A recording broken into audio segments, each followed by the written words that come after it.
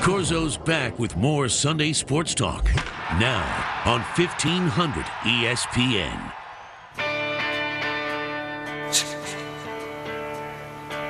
Every hour here at the Venture Bank Minnesota Golf Show, 1500 ESPN will be awarding a free swing evaluation from Golf Tech.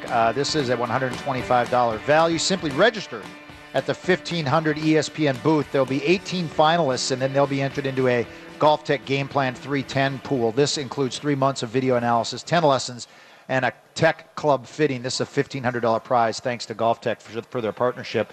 We are out at the golf show, and when I was here on Friday, I was talking to one of the Golf Tech guys, and I got to find the name because I'm so bad with names, and I know it. What did I do with it? McNaney, Bill McNaney. What's McNaney's first name? Jim McNaney. And Jim said, you got to go. I said, you know, I used to use the long putter. They're illegal this year. I got to look for a putter. He said, go talk to Bill Presse. He's designed a new putter, and we all love to hear that, called Directed Force. I went down, spent a lot of time with Bill. I got fitted. Now I'm just trying to decide whether I want to drop the dough on that putter. But I did want to get you on the show to kind of talk about the design of this putter. And it's an interesting concept, Bill. And let's just talk about the concept of the Directed Force putter. Why is this putter different than others? And I saw it from my own eyes, so you can explain it to the listeners. All right. Well, we had an anchoring ban that came into effect. Yes, I know. I'm saddened about it. One of the reasons why people were anchoring is it reduced the twist that a face-balanced putter would put on your grip. And I'm just going to say this to the listeners. Anchoring is the people that use long putters, either the broomstick, like Adam Scott uses, or the belly putter. Means the top of the putter is anchored against some part of your chest or your stomach. Right. Yeah, right. And that's what they banned, is the anchoring. Exactly. Yes. Exactly. And one of the benefits to anchoring is that it helped stabilize the head that was unbalanced, that was trying to open up or close. And so the premise for Directed Force lie angle balancing is making the putter balance to be perpendicular to the arc that the lie angle creates. So if somebody has a real flat lie angle, then they're going to have a more rounded arc, and if they're very upright, they're going to have a shallower arc. And so that rotation changes. And when we're fitting putters, people have different arcs. And so we actually balance the face to stay perpendicular without your hands touching the putter. And we kind of take a pride in saying the worst thing you can do is actually put your hands on our putter because it stays straight by itself. Right, and what Bill means there is if you take a putter and you just hang it from a string on the arc and you roll it back, the putter head's going to either open or close. It's going to spin because of the weight. Right. Because it's weighted more to be straight up and down, but the swing isn't straight up and down. So when you're taking the putter back, it's trying to pull either open or closed. Correct. And so if your grip's too light or you get a little outside, so it's more difficult to deliver the putter head back at a square line, which is what you're trying to do. Right. And what you've done through this technology that you've invented is now when the putter goes back, it stays square. It stays on the line with the arc because of the way you've weighted it. And this is obviously something that how come other putting manufacturers haven't done this in the past? They didn't think it's important, or they don't think. And let me ask this question first. Why is that important? Why should that help somebody like me improve my putting, to have a putter that won't fight to open or close when I take it back? Well, as we become good putters, and one of the things that good putters have in common, a couple things, is good tempo. The putter's sold out flat. And soft grip pressure. And what happens when you soften your grip pressure and you're trying to make a long putt, if the putter's not trying to stay straight, the first thing that happens is the face opens. And then people will intentionally try to slam the face shut. And then they may pull it. But they can't be relaxed. They can't have constant grip pressure. So constant grip pressure and as light as possible without actually losing control of your stroke is the key to really good putting. And we make a putter that allows you to, no matter if it's a 3-foot putt or an 80-foot putt, the harder you hit our putter, the straighter it stays. And so that allows us, when people buy our putter, they instantly feel like their hands and their forearms are more relaxed. They're not losing the face angle. One of the things that I experienced in using a face balance putter is when I soften my grip up, the face would tend to open up and I'd push putts to the right. Especially short putts. All my 3-footers, I'd miss right all the time. So then, in a desperate act, I'd either put the toe of the putter up in the air which would make the loft look more left, or I'd start cutting across the ball to stop the ball from going right. So now we're introducing other variables, which is a very dangerous game to play because you ultimately end up getting the yips.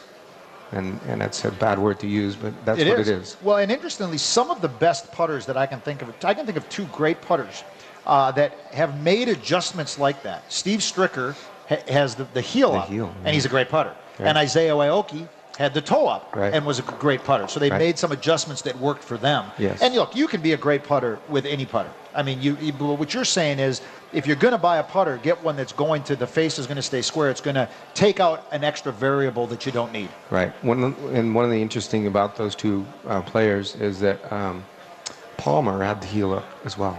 And Arnold Palmer. They have very low loft putters.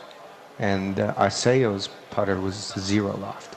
So if you don't have loft, lie angle is a relative. And that's interesting is when you put the more loft on the face, if the lie angle isn't correct, then the loft looks in different directions. But if there's 0 loft, really, but that makes it hard to putt in different grass conditions, and you really have to hit up on the ball, and it takes a lot of practice.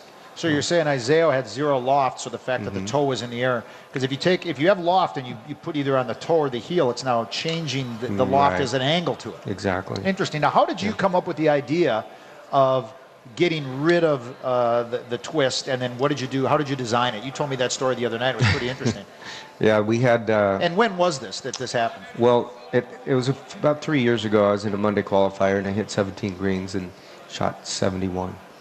So you were trying to qualify to play in a Reno Tahoe Open. Oh, okay. Yeah, and I was playing great, and I missed everything. I couldn't hit the broadside of a barn door. So went home and I had my putter locked in outside my left tricep, and I had my grip cut off. I was putting on my coffee table with a face balance putter at the time, and as soon as I relaxed my grip, that face opened up 90 degrees. And when I started swinging it. Now, when you say face balance putter, what is that? Does that mean where the shaft is in the middle? Well, if you lay a putter across a table, and the face is level with the horizon or points dead to the sky, that's called face balancing. However, we've been kind of led to believe it's a very romantic term, and people believe that, well, I'm going to buy a face balance putter. You're kind of led to believe that that's balanced to be straight back, straight through, and toe hang is balanced to arc. And with my revealer, we clearly demonstrated every show we go to that that's just disinformation. It's not true. So you thought you were using a face balance putter, but they're not really face balance. And no. so you looked at your putter, and then what happened? Yeah, so I made I got some old putters out that I had been able to collect over the years, and started drilling holes and using lead tape, and then I invented this revealer, and I wanted to see what a putter does without my hands touching it, but in a play position, and no friction, or very little friction. And so I invented this revealer, which originally was a stick with a hook and a bracket and a piece of string, and then it turned into a much more user-friendly device that allows any putter to be suspended in a playing position, because that's all we should really care about. Who cares what a putter does on a table? Yeah, we don't putt on a table. It's like a bracket. The putter, you're not touching the putter. It's hanging from a hook, and it's sitting in a bed, kind of with felt, so that when you spin it back, the putter's going to move where it wants to move. Where it wants to go. And you see all the putters, the most expensive putters, they all move. Right. And your putters, when you put them in there, they don't move. So what you're establishing is that with these directed force putters, that you're now, when you get into your position and you do your putting stroke, it's not going to move as a result of staying on the arc. Exactly, and every player has a different arc. Yep. And within a given space, if that arc is sharper or shallower, there has to be more degrees of rotation that the putter needs to go through to keep up to that arc. So now I make a putter that keeps up with the player's arc, instead of the player trying to keep up with the arc, which means if you put them on a table and you put the faces towards the sky, a flatter lie angle putter will rotate faster, rock back and forth faster, and that's the visual proof that there's something else going on here besides, there's just no smoke and mirrors. Now, did you, so you were still 3 years ago trying to play on PGA Tour events, and so did you make your living as a player back then? Many years ago, I played in some mini tour events and tried to make some money doing that down in Arizona, and the southern, southwest section. And then other than that, you were a PGA Club Pro? Yes, and then I was a director of instruction at Golf Tech, actually. So I've been teaching for quite a few years in Golf Academy and club repair, did club repair for tour players, and so I had a pretty good understanding of how clubs work, and I had the ability and the fundamental understanding of equipment to even come up with this idea and be able to pull it off. And so now, have you just stopped doing everything else, and is this your total This is my life's life, work yeah. now? This is it. I breathe it, smell it. And so the putters first became available on the market, what, earlier this year or within the last year?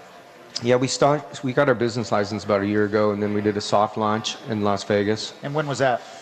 Earlier, yeah, let's see. November 15, something like that? And then you had your big launch at the Orlando Golf Show. Right, we did our big launch at the Orlando PGA Golf Show this year, and it was just a home run.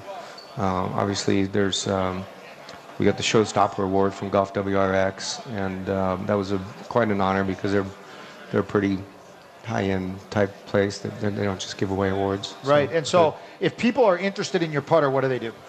Well, you want to first go on to www.directedforce.com and click on remote fitting, and that'll take you to a YouTube channel that shows you how to get fit.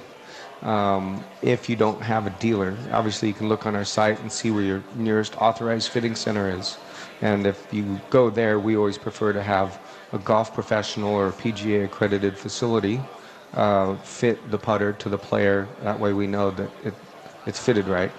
But if you're not near an authorized fitting center, then you can go through the remote fitting process, submit the video, and we will analyze it and tell you what your lie angle is. We'll send you a screenshot, and it says the lie angle, and then you simply measure the length of the putter that you're using in the video, and we will send you your specs, and then you'll be able to order the putter online. If you buy the putter online, we give you a coupon code that credits the fee for the remote fitting, so you don't have to pay for your fitting. And if they come here today, they can get a free fitting. It is. Here today, you actually save $130. And then the putters are not cheap. No, we're pretty proud. I had sticker shock. Tell us the price of the putter. Retail online is $399.95. Today it's $299.95, and we do that because the putter is forged, and then we CNC machine the flashing and machine the face grooves in there, and then it's anodized, and then lasered, and then hand balanced, and it's made in the USA, and so it's not cheap. No, it's not. It's not. But it's good. It's good. It'll pay for itself. Well, I'll tell you, I went through the thing, and it's an amazing product. Thanks for joining us, Thanks, Bill. Scott. It's been a pleasure. Appreciate I'll it. stop by later. Bill Presse, right, take care. Directed Force Putters. We're going to take a break, and when we come back, hopefully we'll have an update from Jess Myers, who was at the Minnesota Wild practice.